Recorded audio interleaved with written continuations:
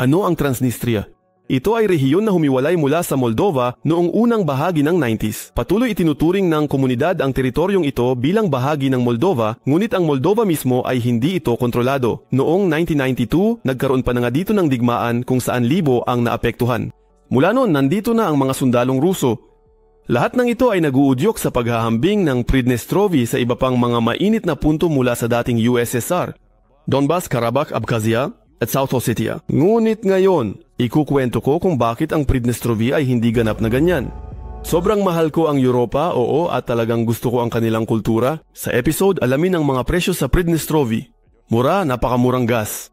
Bakit nagpupunta ang mga dayuhan dito?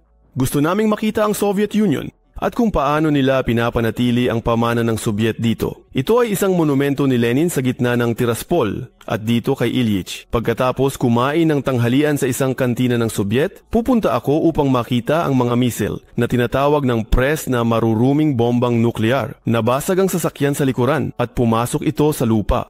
Bibigyan natin ng tsansa ang mga minahan sinasabing itinago ang mga bombang ito, susuriin natin ang mga lugar talagang naganap ang mga labanan.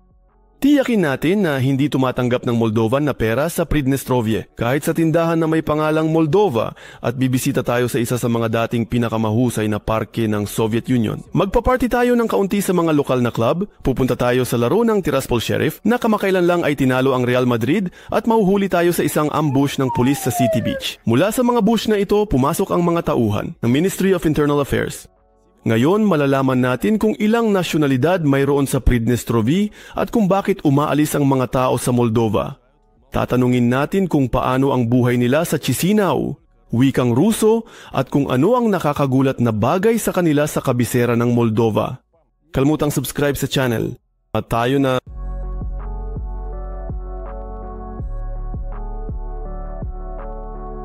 Habang inihayag ng Moldova ang pagsali sa EU, ang pamunuan ng hindi kinikilalang PMR ay nakatuon sa integrasyon sa Russia at inaprubahan ang bandila ng Russia bilang kanilang pangalawang bandila. Hangganan ng rehiyon dumadaan sa Dniester. Autoridad ng Tiraspol kontrolado ang kaliwang Pampang habang opisyal na Chisinau kontrolado ang kanang Pampang.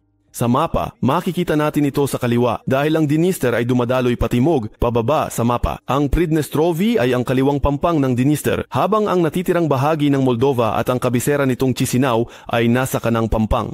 Tandaan ito, Toremto, ang hangganan ay hindi eksaktong sa Dniester at may mga teritoryo sa magkabilang panig ng hidwaan. May mga teritoryo sa kabilang pampang. Narito ang Dublosarsky na rehiyon, mga na yun ay kontrolado ng Chisinau at konektado sa Moldova. Siya ay sa maliit na ferry crossing na ito.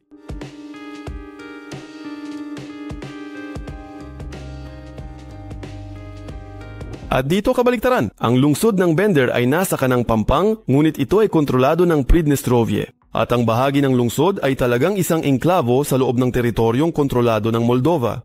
Para makapunta sa mikrobyo ng Severny mula sa Bender, kailangan munang umalis mula sa Pridnestrovye at dumaan sa nayon ng Moldova na Varnitsa. Ang ganitong nakabitin ay halos huminto ang buhay dito. Ang industrial zone ay abandonado at sa ilang bahagi ay naging tambakan at ang mga bahay ay naiwang walang tao. Mukhang sarado ang tindahang ito ng 20 taon at ang gusaling ito ay wala ring sino man na magtatapos. Dahil lokasyon lungsod tabi Dniester naganap pinakamabibigat labanan sa Bender, tandaan niyo ang tulay na ito sa ibabaw ng Dniester at ang arko na ito sa kabilang panig ng tulay. Ganito sila ngayon mula sa bintana ng aking sasakyan. Mula noon, walang mga putok dito, 30 taon, isang henerasyon ang lumaki na walang digmaan, sanay sa mga checkpoint. Ngayon, ang mga tulay ay pininturahan sa mga kulay ng Pridnestrovye at Russia. At sa tabi nito, nirekonstruksyon at ginawang isang tourist attraction ang napakalaking kuta ng Bender. Ito ay minsan nakuha ng mga Ruso mula sa mga Turko. Itong arko na ito ay nakatuon din sa mga tagumpay ng Russia sa mga digmaan na yun. Ang Bender ay naging masiglang lugar na noong ika-19 siglo. Ganito hitsura din Dniester nililinis sa sakyan sa ilog noon ngayon. At narito ako sa isang cafe na nasa basement ng ika-19 na siglo. Ito ay konektado sa iba pang mga kuta sa pamamagitan ng isang network ng mga underground tunnel. Walang mga kuta kaya sabihin na nating delikado.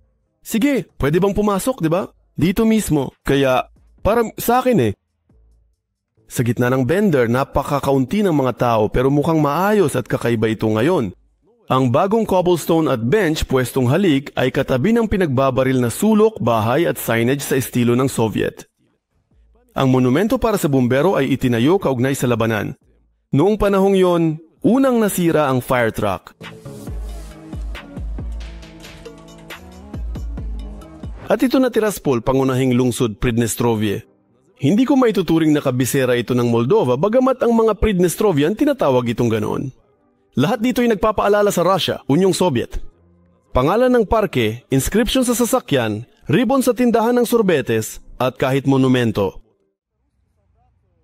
Siguro mula sa panahon ni Peter, kung hindi ako nagkakamali, kaya tulad ng nakikita natin, tingnan mo parang walang nakadikit dito, ibig sabihin, diretso itong lumabas sa tuod. Tama ka, tinanggal ang labis na bahagi.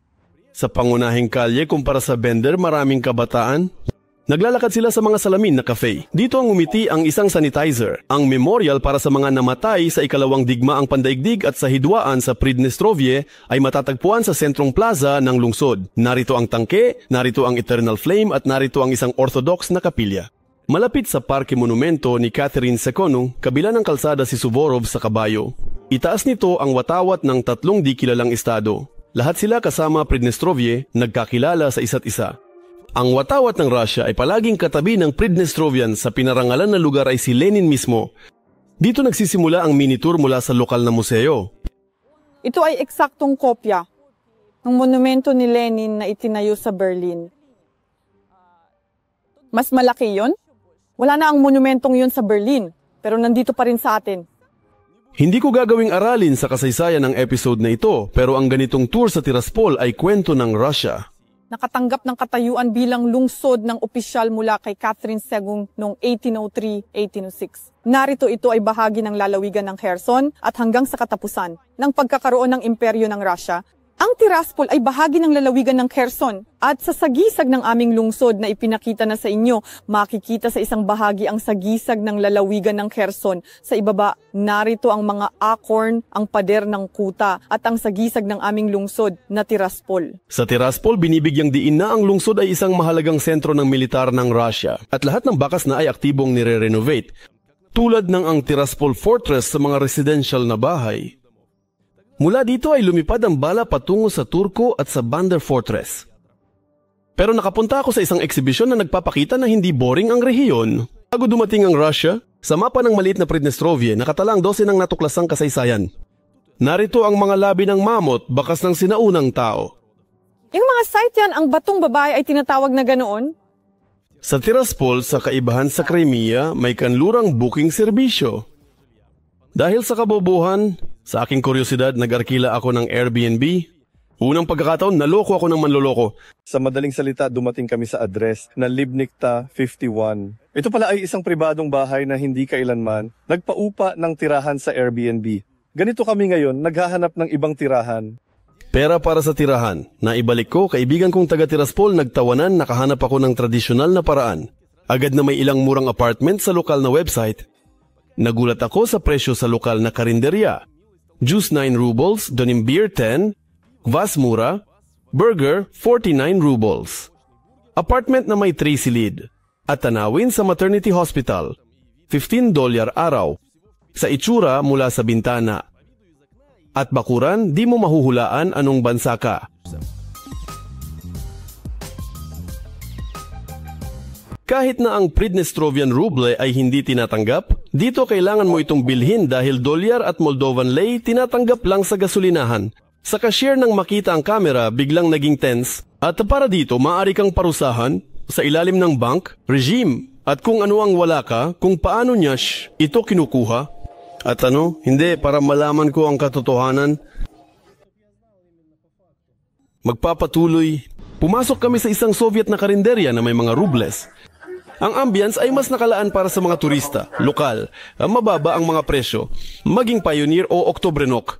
Ayusin ko na lahat agad. Sa pasukan naroon si Lenin at ang watawat ng Pridnestrovye, mga bandila ng Soviet at Kremlin. At hindi ito nagkokontradiksyon sa mga inskripsyon sa Ukrainian at sa palabas ng Pangulo ng Ukraine na si Zelensky sa telebisyon. Ang martilyo at karit ay nasa mga medikal na maskara. Sila ba ay mga bisita? Bikini. Sa estante ay Soviet kagamitan. Sa pader ay lumabas na Soviet pahayagan. Oo, at sa menu lahat ay medyo sosyalista. Tingnan nyo ang mga presyo. 5, 6, 9, 7 rubles. Tama, may mga western chips sa tabi at ganito ang hindi gaanong Soviet na dilatang pagkain. Hindi ko napigilan at kumuha ko ng pasta na may meatballs. Oh, ang sarap nito.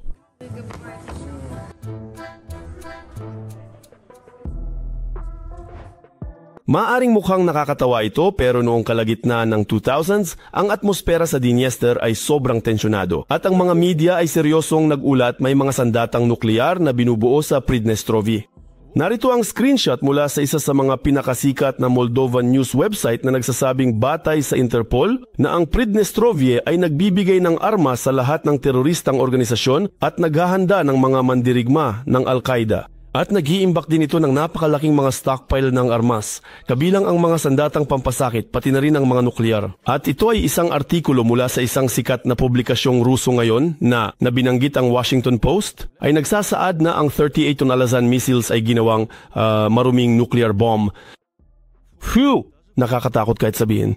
At pupunta rin ako kung saan nakaimbak ang mga anti-hail missiles na Alazan at sa madilim na maulan na panahon masyadong nakakatakot na kahit mula sa malayo kapag lumilitaw ang mga pulang bola na may misteryosong kagamitan sa abot tanaw. Sa bakod talagang may pulang bituin. Pero agad na nagpapakalma ang empleyado ng istasyon. Una sa lahat, ang tanging sandatang nuklear sa Pridnestrovye ay Lumang Kanyon, ulo sa kuta. Pangalawa, maraming mga istasyon ng rocket ang nandyan din sa Moldova. Nasa kuta kami, wika nga. Pero doon nahukay nila ang mga ulo marahil iniisip nila ang nuclear market na yun. Marami tayong hindi napansin. Ito ang magiging radar station na MRL-5. Ang produksyon ng aksyon ay 300 kilometro. Duda ng mga eksperto na ang mga simpleng anti-hail missiles ay maaaring gawing nuclear weapons. Pero nagkaroon na ng mga aksidente mula sa pagdating ng ganitong rocket. Di ito nakakatawa. Nabasag ng garahe ng sakahan ng bubong ng kotse. Nangyari ito sa gabi at tinamaan niya ang isang truck ang katawan nito at pumasok sa lupa. Dati tao nagtatrabaho. Nakipagtulungan sila sa Kishinev at Odessa, winasak ang masamang panahon para sa ani.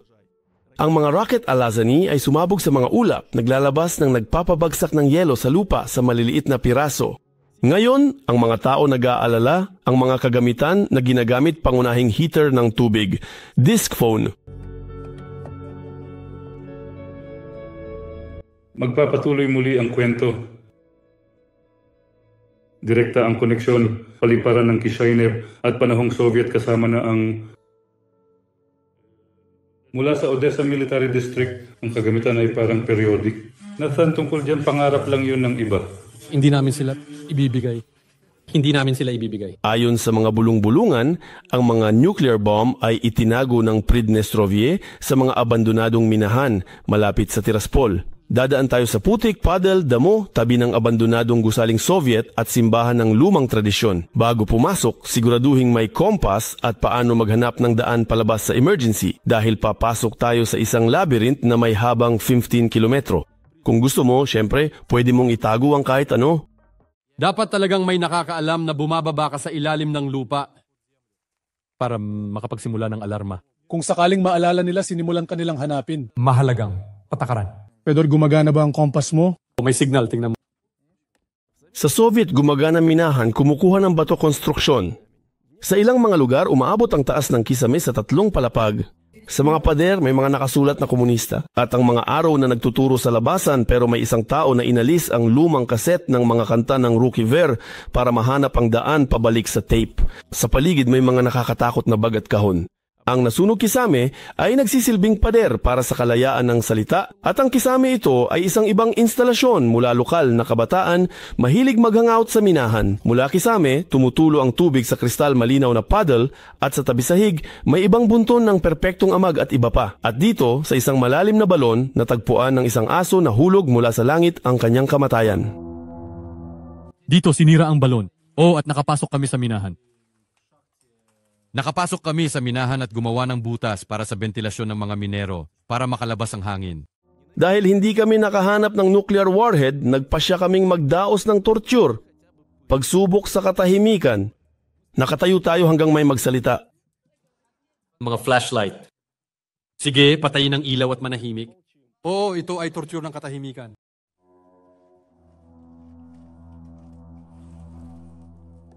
Anong masaya? Sa karaniwang buhay, bihira kang makatagpo ng ganap na katahimikan at kadiliman. Well, hindi kailanman. Hindi tumitigil ang ulan, lumalalim ang mga podol at ako'y pumapasok sa kalaliman ng Pridnestrovi. Dito, kahit sa mga nayon, maraming mga monumento sa mga leader ng Soviet. Ito si Dzerzhinsky at dito naman si Lenin na hindi proporsyonal. Nangyari na may nagtanggal ng ulo ni Lenin at ang iskultor na nagayos nito. Sa kalaunan, medyo hindi naisip ang sukat ng ulo. Makikita nyo na ang ulo ay mas malaki kaysa sa katawan. At ang leader nakakatakot, hindi siya ama ng mga tao. Mahirap isipin ang galit ng mga Transnistrian sa Moldova kung tinawag ang kanilang tindahan na Moldova. Hindi nila tinatanggap ang pera ng Moldova. Hindi nila tinanggap. Sinasabi nila. Ang bilis mong umalis doon. Sinabi nila mas marami ang pwedeng pag-usapan.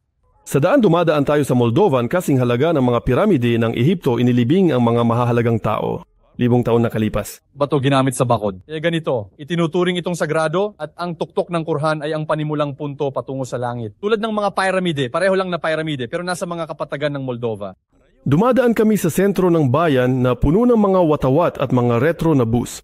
Napadpad kami sa isang tahimik na nayon sa tabi ng Dniester na minsang umingay sa buong Unyong Sobyet. Salamat sa parke ng Rodina. Yung Rodina ay hindi sa konteksto ng bayan, kundi si Dmitry Kirillovich Rodina ang nakasulat doon. Siya ay pinanganak sa Russia, sa Penza Oblast para sa mga Ruso.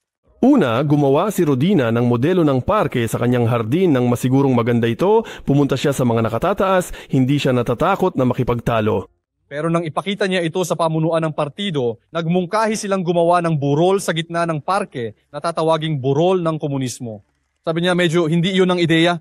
May sariling konsepto si Rodin. 3 elemento, hangin, tubig at semento na mas mura kaysa sa bato at nagbigay ng tiyak na sosyalistang alindog sa mga eskultura. Talagang napaka-erotiko nito. Ayon sa mga pamantayan ng Sobyet, ang figura ay may pangalang Moldovan na Aurika. Kapag tag-init dito sa lilim ng groto, ang maliwanag na sikat ng araw ay tumatama sa babae, ang kanyang mukha, ang kanyang dibdib, lahat ito ay naiilawan at talagang para siyang ginto, isang tunay na gintong babae. Pangarap ng makata, mainit na babae. Sa ilang mga gawa, kinikilala ng mga bisita ang may akda mismo. Dito, nakahiga siya asawa niya sa bangko at naghihintay ng tren. At nandito, makikita ng kanyang profile. Ayan, nakikita nyo. Noong 1982, ipinakita sa VDNH, ang 1600 na parke mula sa buong Unyong Sobyet. Dinala ni Rodina ang kanyang mga materyales pero hindi siya nakarating sa komisyon at sinabi namin pasensya na pero tapos na ang oras. Sabi niya tingnan nyo lang, wala akong kailangan. Kinabukasan pumunta siya sa VDNH at ang kanyang parke ay nasa gitnang bahagi. Nanalo noon ang ilang mga parke. Ito ang Gorky Park sa Moscow. Kung sino man ang nakapunta, maaaring maunawaan kung ano ang naroroon. Ito ang parke ng mga parke. Domodedovsky Park, park sa Leningrad, Yerson at parke sa Cheburuk sa maliit na nayon sa Moldova. Nakuha ang gintong medalya sa unang pwesto. Sa kabila ng ulan, dapat mas marami pang tubig sa parke. Walang tubig, hindi ito mukhang ganito dapat. Dahil sa pagkasira ng mga konkretong mangkok at hindi na nakakapit ang tubig, ang mga lawa ay walang laman. Walang tao sa swan house. Dumating ang mga swan dito, ngayon ay isasara natin ang pasukan. Si Rodina ay nag-ambag din sa Bahay ng Kultura. Kasama ang park, Sberbank at ang napakalaking Lenin, inihatid tayo nito sa isip sa ilang bayan ng Sobyet. Ang palasyo ay normal sa kabisera pero sa nayon ito ay hindi katimbang. Huraushka ang Bahay ng Kultura ay hindi abandonado, malinis. May sanitizer, ang mga bata ay nag-e-ensayo at ang musika ay tradisyonal na awit ng Moldova.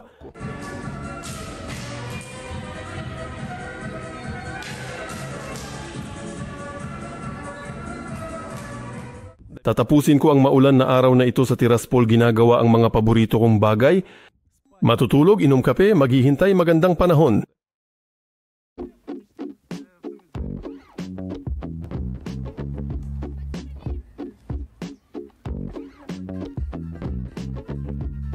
Diretso sa gitna ng Tiraspol may dalampasigan ilog. Sa magandang panahon, napakaraming tao. Lumalangoy ang mga tao sa kabila ng maputik na tubig at napakadelikadong whirlpool. Tuwing taon sa Dniester, maraming tao ang nalunod. Naging saksi ako sa ganitong mga pangyayari, kahit na parang hindi ko inaasahan.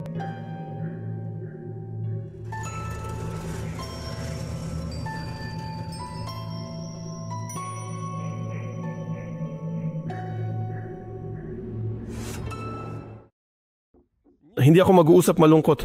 Sa dalampasigan, masayang musika. Ang mga bata na may gitara ay sumisigaw ng mga kanta ni Choi at mula sa barko ay muling umaabot ang mga Moldovan na awit. Pista para sa mga mahilig sa pagkain, Chai Moldovan, magandang alak, magandang alak, magandang alak.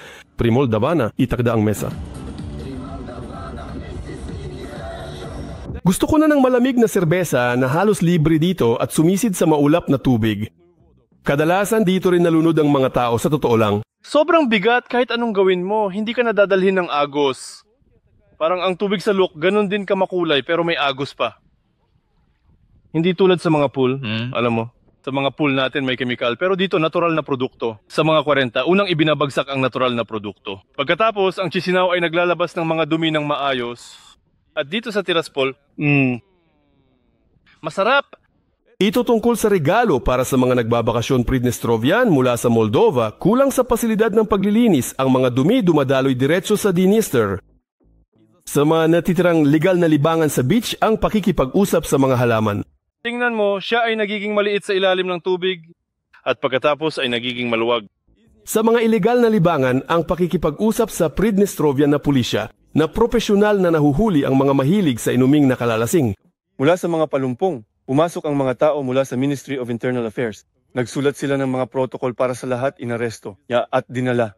Kaya't bawal uminom ng alak sa beach sa Pridnestrovi, ganun din sa prinsipyo tulad sa Chisinau. At saka malaman nilang galing kami sa Moldova, kinausap kami ng mga autoridad ng isang oras, tinanong kung paano na ang buhay sa Chisinau. Naliwanagan kami. Nagbalik loob kami sa katotohanan, nagdasal kami, at hindi na namin ito uulitin. Si Zhenya maraming taon nagtatrabaho sa ruta ng Chisinau-Tiraspol at marami siyang nakita. Kadalasan ang mga Pridnestrovian ay pumupunta sa Chisinau para ayusin ang dokumento. WHO, saan siya pumupunta? Anong lahi? Sila madalas pumunta. Sino ang pumupunta Pirachis at sino ang Chistiras? Sobrang dami mga pamilya na may mga bata dito. May mga ikinasal, may mga nanatili lang dito pagkatapos ng pag-aaral. At bumibisita mga magulang. Magulang. No, nasa Tiraspol, anak nasa Chisinau. Sobrang dami. Mga pensyon, para sa pagkuha ng pensyon. Kumuha ng ilang mga dokumento mula sa archive. May mga tao na pumupunta sa mga embahada. Sa Tiraspol, madalas na bisita ang turista mula Moldova. May bulong-bulungan na mas maraming malayang babae sa Tiraspol kaysa sa Chisinau. Bakit pumupunta ang mga Moldovan sa Tirasa? Bakit pumupunta ang mga Moldovan? Pumupunta sila para bumisita o may mga pumupunta para makilala ang isang babae? Sikat na paksa ito, di ba? Well, may mga ganitong pagkakataon. Doon siya nakilala sa internet, pupunta siya para makilala siya. Bago ang pandemya, sobrang dami ng mga dayuhan. Dumadating sila. Sa mga istasyon ng tren ng grupo, bumibili ng mga ticket. Mga grupo ng 10-12 na tao. Pumunta kami ron, namuhay kami doon ng 2 o 3 araw. Lahat ng mga dayuhan na pumunta, karamihan sa kanila, nagsasalita sila. Gusto naming makita ang Unyong Sobyet. Yun ang isang bagay na ito, na kahit na ang mga Moldovan natin na matagal nang nasa Tiraspol ay hindi pa nakapunta. Bagamat ang Tiraspol ay tiyak na nagbabago, huli na ito kumpara sa Chisinau. Gayunpaman, kapag tao, ating Moldovan, ay napunta sa Tiraspol, nag-aapoy sila, bumalik sila sa nakaraan. Padalang ipinagpapalitan ng residente ng Chisinau at Tiraspol, hiwalay na paksa para sa biro. Isang lalaki, siguro mga 60 anyos at nagbibigay ng supot at sa loob nito, mga lumang pahayagan. Narito ang mga lumang pahayagan. At ako, syempre, nagtanong, tiningnan ko kung wala itong mga ipinagbabawal na bagay. At sinasabi ko, bakit niyo pinapasa ang mga lumang pahayagan? Doon, mismo. Impormasyon ito para sa mga kamag-anak na mabasa, sabi niya. Hindi, ganito kami nakikipag-usap at ito ang ipinapasa ko. Sila, gusto ng mga kamag-anak na magpainit ng kalan. May ganitong pagkakataon din. Tumawa kami, may mga pagkakataon na may lumapit sa akin na isang batang mag-asawa, ganun din. Sa panahon ng pandemya, sa pamamagitan ng paraan din sa isang bag, ganung halaga, 50 para sa banyo. Gusto nilang ipasa ang teras ng 1 kilo. Okay. Narito, may hari na ba doon? Parang hindi ko ito natikman. O kung ano pa man, pero lahat ng kilala ko, lahat ng nagtatrabaho noon, lahat ay tumanggi. Paano sila, kung naipasa ba ang supot na iyon ng harina o hindi, ay nananatiling misteryo.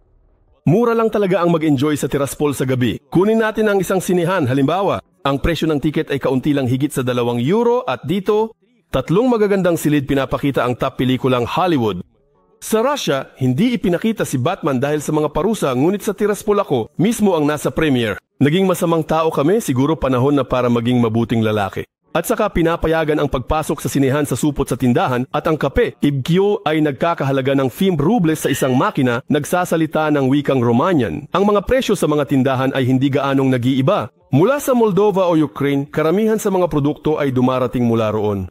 Pero ang alak na ginagawa sa Pridnestrovi ay mura. Halimbawa, ang isang bote ng 5 taong gulang na konya ay halos €3 at ang mas simpleng alak ay 2 beses pang mas mura.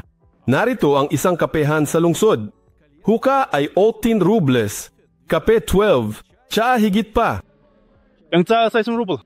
Kukunin natin ang resibo sa papel at maglalakad-lakad tayo sa gabi sa Tiraspol. Sa tingin ko, ang tanging delikado dito ay ang fountain na pwedeng makuryente at ang roller drome na pwedeng magdulot ng pinsala sa leeg. Sa bagong parke, ang mga tao ay nagpapakain ng gansa at nagpa-picture sa Tiraspol Fortress.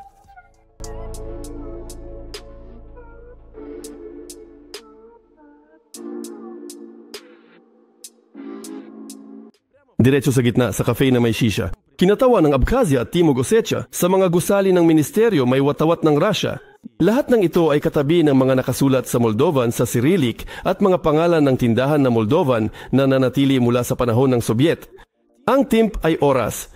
Mga tao lumalabas ng palasyo ng Republika galing sa konsyerto at bahay ng punong tanggapan ni Grigory Kotovsky at tindahan ng sikat na pabrika ng alak. Tawid sa kalye ng Lenin at kita ang administrasyon ng lungsod. At ang pinakamagandang opisina ng top kumpanya ng Pridnestrovi, ang sheriff. Ang singing fountain ay mahal. Sasabihin ko sa tag-init, atmosfera parang resort, mangingisda tulay ibabaw, Nestor sumasang-ayon sa akin.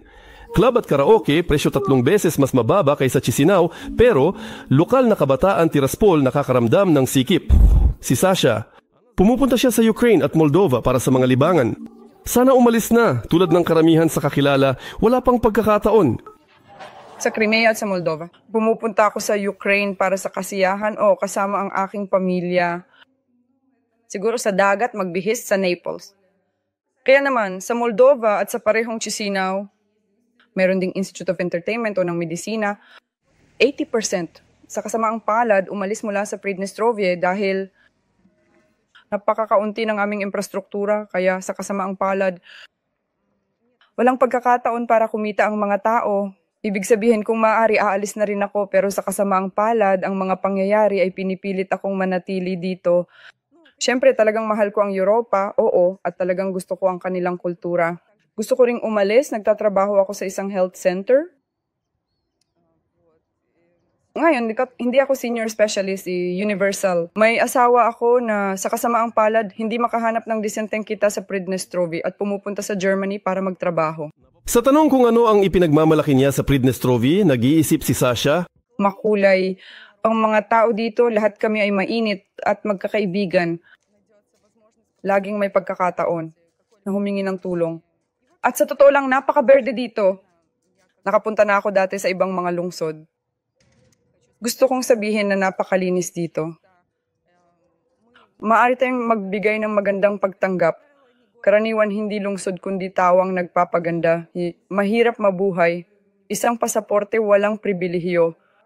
Ibig sabihin kami ay isang kinikilalang estado sa BTR 9. 30, taong gulang. At talagang gusto kong makuha ng mga lolo at lola ko ang pagkakataong iyon. Kung kailan hindi na nila kami makikilala. Mahirap syempre, para dito sa susunod. May mga ibang pasaporte na ginagawa na para kahit papaano ay makaalis sa ibang lugar katulad ng sa aming pera. Oo, ibig sabihin, pareho lang ang pasaporte at pera. Ibig sabihin, ito ay hindi kinikilala. Pero sa kabila nito, kahit papaano ay makakapunta tayo sa Moldova. Para maunawaan ang pananaw ng mga umalis sa kanilang sariling Pridnestrovi, babalik ako sa Chisinau. Pero una, pupunuin ko ang sasakyan gamit ang lahat ng natitirang rubles. Hindi na sila magiging kapaki-pakinabang sa akin. At ang gasolina, dito ay palaging mas mura ng mga 15%. Sa tunotit mangyaring sa ikalima. Ito si Dima. Lumipat siya mula Tiraspol patungong Chisinau at naging stand-up comedian at radio host. Ganitong operasyon, nalaman ko kamakailan sa internet, tinatawag hymenoplasty. Ito ang babae ay ibinabalik ang pagkabirhen sa operasyon. Dito, isang kakaibang operasyon. Isinabi sa akin ito ng isang babae. Ang unang tinanong siya sa buwang ito. Talaga, tinawag akong magtrabaho dito. Nagsimula akong magpatawa, sumulat-sulat ako, yung mga kaibigan ko. Inanyayahan niya akong magtrabaho dito. Alam ko malapit akong magtapos. Nag-aaral ako at alam ko hindi ako magiging programmer. Kasi alam mo kung ano ang trabaho na yan. Magandang trabaho pero walang pera, hindi ito kailangan. Gusto kong magpakaabala sa sining. Kaya lumipat ako at nakakuha ng trabaho sa telebisyon bilang isang manunulat sa isang proyektong nakabase sa wikang Ruso. And so, gusto ko dito, dagdag pa, dito talagang mas maraming pagkakataon sa larangang ito na gumawa ng mga bagay kaysa sa Tiraspol. Kasi dahil mas kaunti ang pera doon at parang mahirap gumawa ng kahit ano sa telebisyon eh. Hindi ko nakikita ang anumang mga pagkakataon. Sa Pridnestrovye, nag-aral si Dima IT specialist pero sa huli napunta siya sa komedya kaya kinailangan niyang umalis. Pumasok ako at naisip, narinig ko ang kwento. Ang mga taong ito ay nagtatrabaho mula sa Tiraspol. Kumikita sila ng $3,000. Sa malayo, kailangan kong gawin, walang halaga. Narinig ko ang $3,000. At naisip ko parang remote, may mga lokal na kumpanya. Iniisip mo magtrabaho para sa Europa habang nakatira sa Pridnestrovye kung saan ang mga presyo noon ay doon. Lahat mura, napakamurang gas. Karamihan sa mga kaibigan ni Dima ay umalis din Tiraspol pero hindi lahat. At kung pag-uusapan ng mga kaibigan mo, anong porsyento sa kanila ang umalis at saan sila kadalasang pumupunta? Kaya ganito, ang punto ko, yung kaibigan ko na lagi kong kausap, isa na lang ang natira o pwedeng kakilala. Well, tinitingnan ko sa classmates ko na may mga nakikita akong ilan na nasa Europa, ibig sabihin may ilang porsyento ng mga tao sa Europa, mga ilang tao. Sa Russia, maraming tao, ibig sabihin, karamihan sa kanila ay nagkawatak-watak. Syempre may mga natira na tila walang mga pagkakataon at nagagamot ang mga ganitong tao. Pero kadalasang sa Russia o sa Moldova at muli lumilipat sila o mas malayo pa, mga tilang at mas maraming mga bansang Europeo. Sinasabi mo na tila walang pagkakataong umalis kahit papaano ay hindi na pag-usapan gustong umalis. Well, sa karamihan ng mga kaso, objektibo, malinaw na meron kang sa dun limitado ang pagkakataon. Si Julia ay galing din sa Pridnestrovye. Yung mga traffic jam sa Chisinau ay bago para sa kanya. Saya ko sa traffic jam. Intindihin ang traffic. O tema? Yun, hindi ko pa maasanay hanggang ngayon. May pagkakataon sa Tiraspol? Hindi kailanman. Dahil sa mababang sahod, hindi nakahanap si Julia ng trabaho sa kanyang propesyon sa Tiraspol. Sa Chisinau, mas malaki ang kita. Ako pa isang na direktor ng produksyon sa propesyon. Well, nag-aral ako sa Transnistrian State University. Mayroon kaming isang universidad. Kadalasan ito ay mga pampublikong institusyon, mga cultural center o mga drama theater. At napakababa ng lahat ng ito. Sobrang kaunti talaga ang bayad. Ibig sabihin, nasa paligid ito ng siguro, mga 100, siguro, mga $50 sa pinakamagandang buwan. Kumita ako ng hanggang 5,000 rubles. Dito ibig sabihin mga 11, 12, 10,000 natatanggap ko. Hindi ko palaging nauunawaan kapag nagbibiro si Yuli tungkol sa mga bagay na ikinagulat niya sa Chisinau. Pero parang talagang namangha siya kahit sa parking lot ng shopping mall. Unang beses sa parking lot sa mall. Unang beses? Ikaw, anong pakiramdam mo? Wow. Astig. Dito, pwede kang lakad, kape, magpark. At sa ibang bahagi, kalahati ng Tiraspol. Habang nagpapark kami, sinabihan siya ng kaibigan mula sa Tiraspol na kakapasok lang niya sa serbisyo militar. Sa Pridnestrovye, mayroong tawag sa serbisyo ngayon? Sabi ni Chick, mom na pupunta. Talaga? Teka, ha? Siya, ito ba ay mobilisasyon? Nagserbisyo na ba siya dati? Hindi. Bakit ka nagpunta sa Military Recruitment Office? Magserbisyo na ako. Lahat ay taga Tiraspol. At pumupunta sa mall.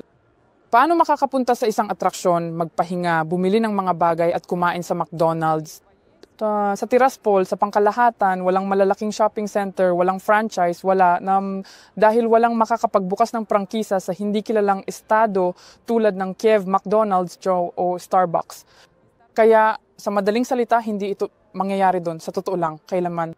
Habang nagsasalita si Julia na hindi pa sanay ang mga Pridnestrovian sa mga modernong teknolohiya, siya mismo ay nalilito sa pag-switch ng wika sa tablet sa McDonald's. Hindi ko maintindihan ito. Gusto mo ipagpatuloy? Marami sa kanila ay hindi talaga alam kung paano ito ginagawa. Bakit? Wala.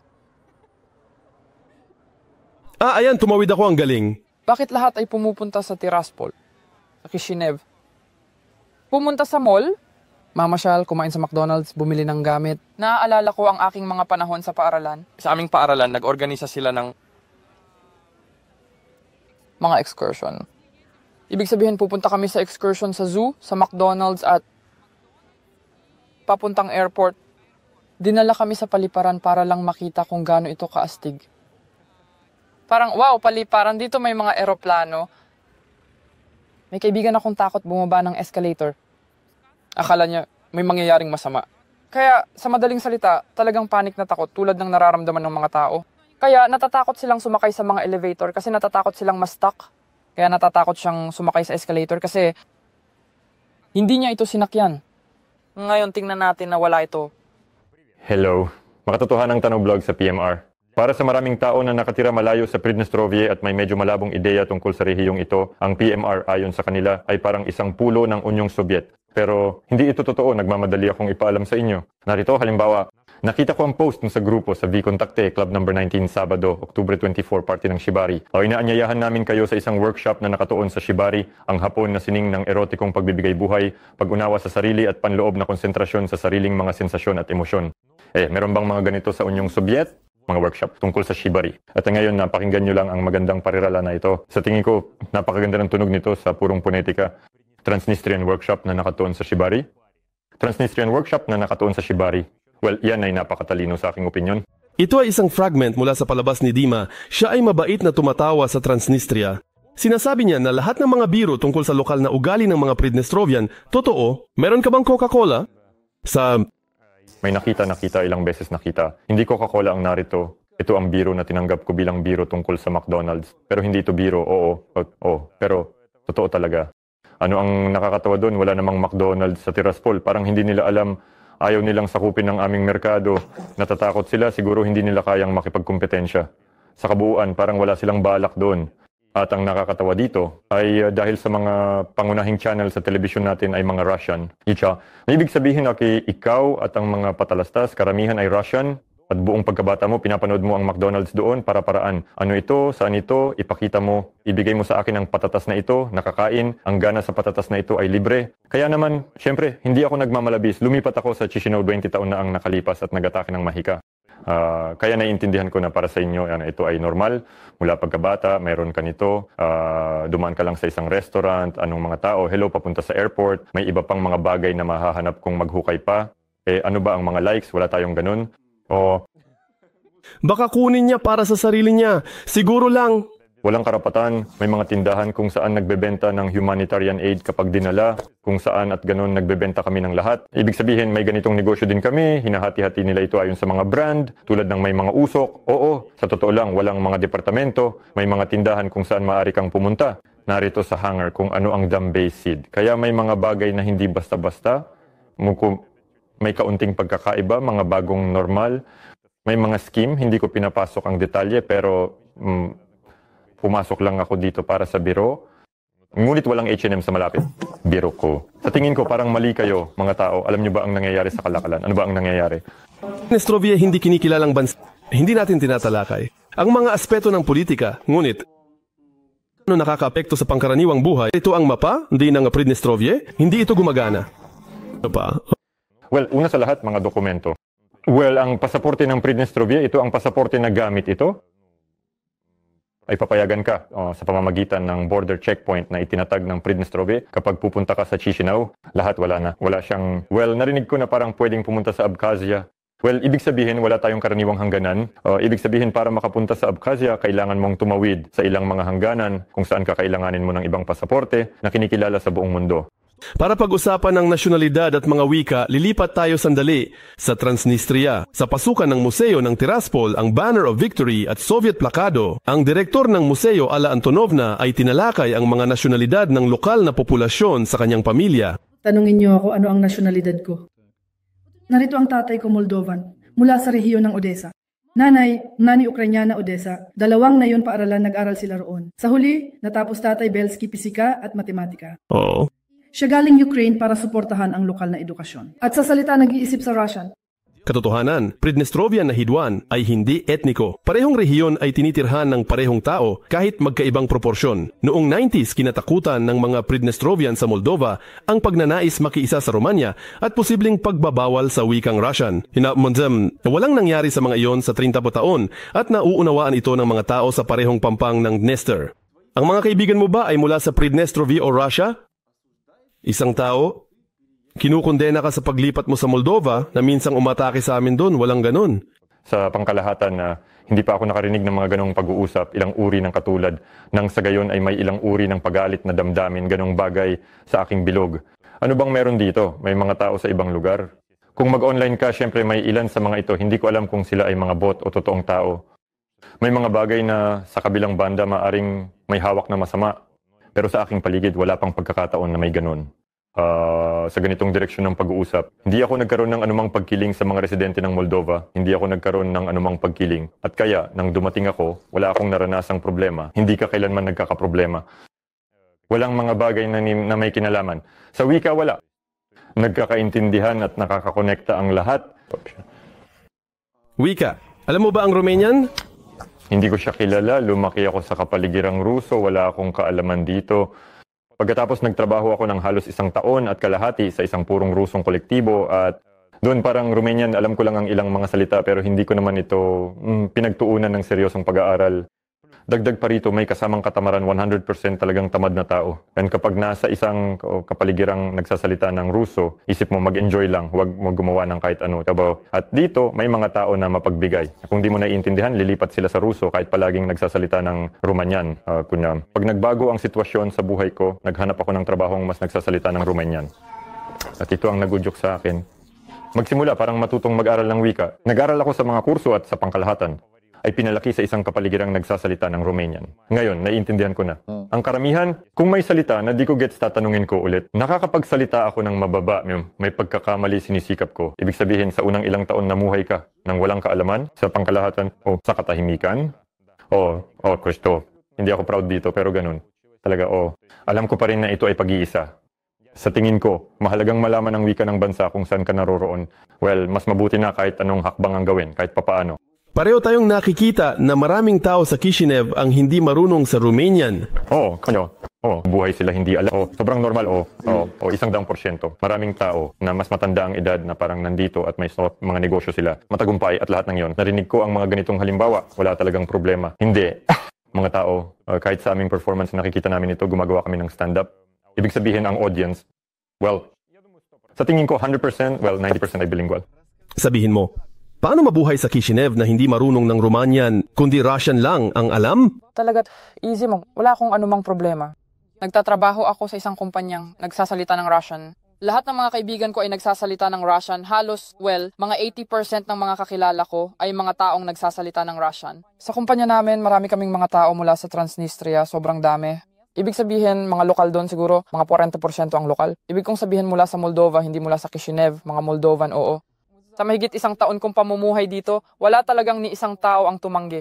Sa akin na makipag-usap sa Russian, ibig kong sabihin sa mga pampublikong lugar tulad ng sa tindahan, sa supermarket, sa cafe. Wala talagang nangyaring ganito kahit 1 beses.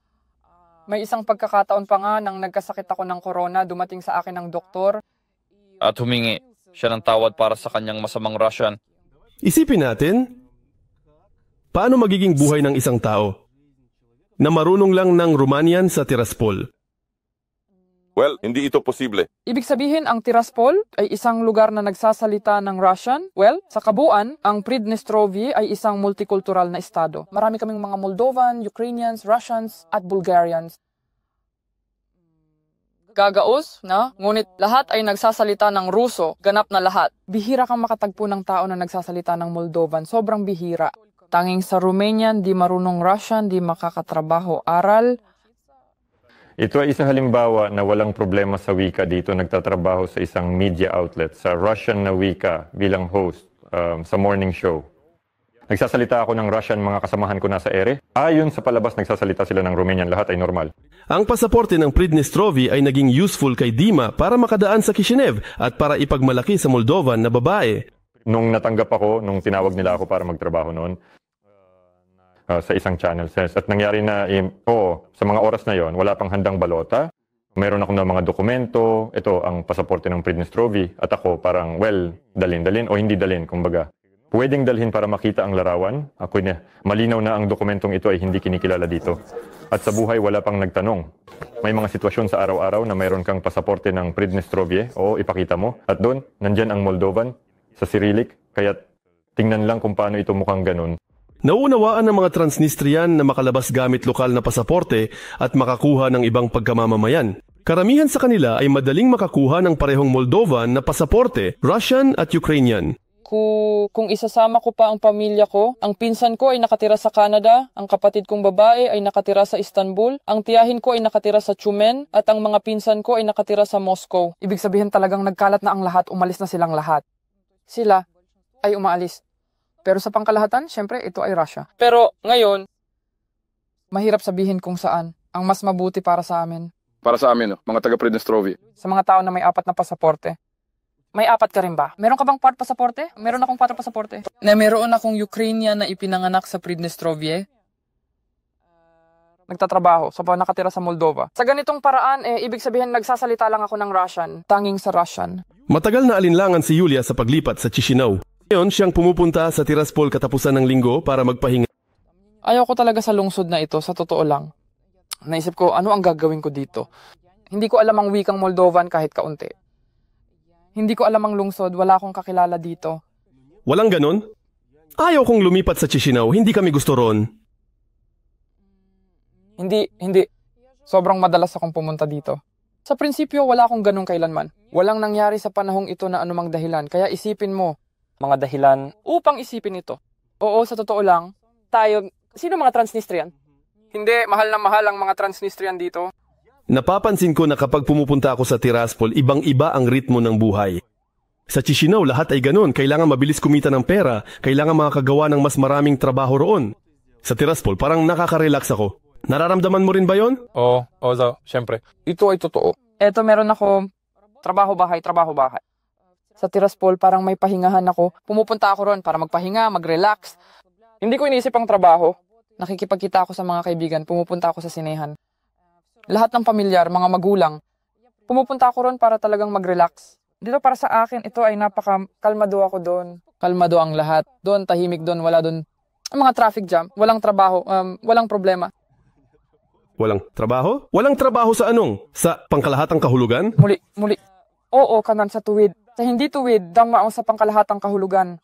Sa buhay, mas marami ka rin ginagastos. Ito ay elementarya, nagrenta ako ng isang apartment sa Tiraspol, isang 2 silid na apartment, na may mahusay na mga kondisyon para sa $70. Dito ako umupa ng 2 silid na apartment. Napakasimple na kondisyon sa halagang €180. Tungkol sa halaga ng buhay, mahirap hindi sumang-ayon kay Yulia. Hindi mo maisip na sa pinakamasayang hotel sa Kishinev ay may ganitong mga presyo. Sa hotel na Rosia Tiraspol, kung saan nagbabakasyon ang mga bisita at kanlurang manlalaro ng football, beer ay 12 rubles.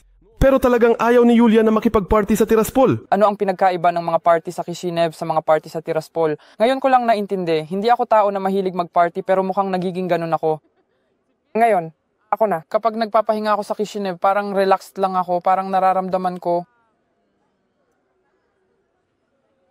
Hindi nararamdaman mga tingin sa akin. Paano ka nagpapahinga sa terrace ng bale? Well, sasabihin ko ito mula sa pananaw ng isang babae. Diyos ko, tingnan mo, sino ang kasama niya, anong suot niya, paano siya sumasayaw, mga mapanghusgang tingin. Ang tanging layunin ay magpakalasing. Baka mag-away pa.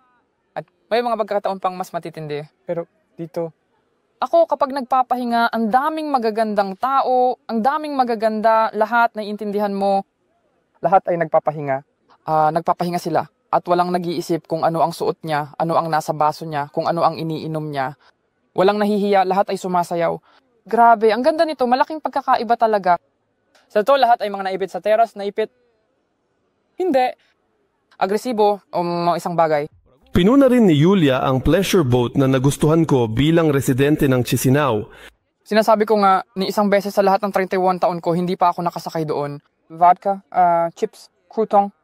At hindi ko alam si Leps Grisha. Kahit na si Dima ay may blog tungkol sa Pridnestrovie, siyang magbiro tungkol dito sa entablado. Mayroon akong isang biro Nakabatay sa kalamburan, napakamababaw mula sa Pridnestrovi, kaya hindi ako interesado na maglaro ng mafia kasi palagi akong napipili bilang sheriff.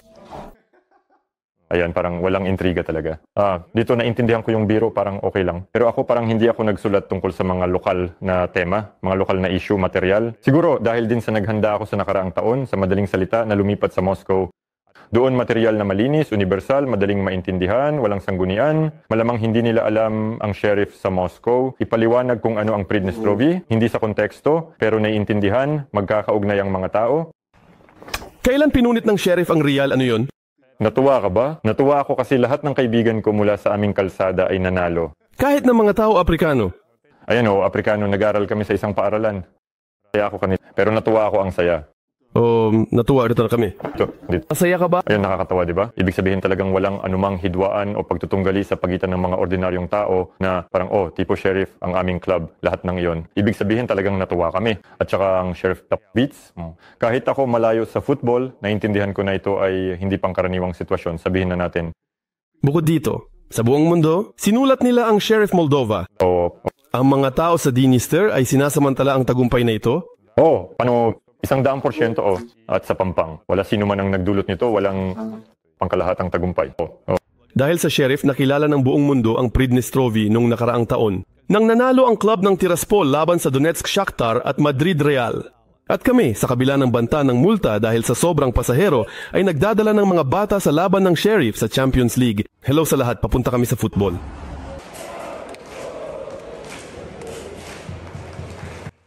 Paano ipinagmamalaki ng tagahanga ang tagumpay ng sheriff? Kahit walang taga-Pridnestrovi, ipinagmamalaki ni Yulia ang pinagmulan sa kabila ng kakulangan ng rehiyon.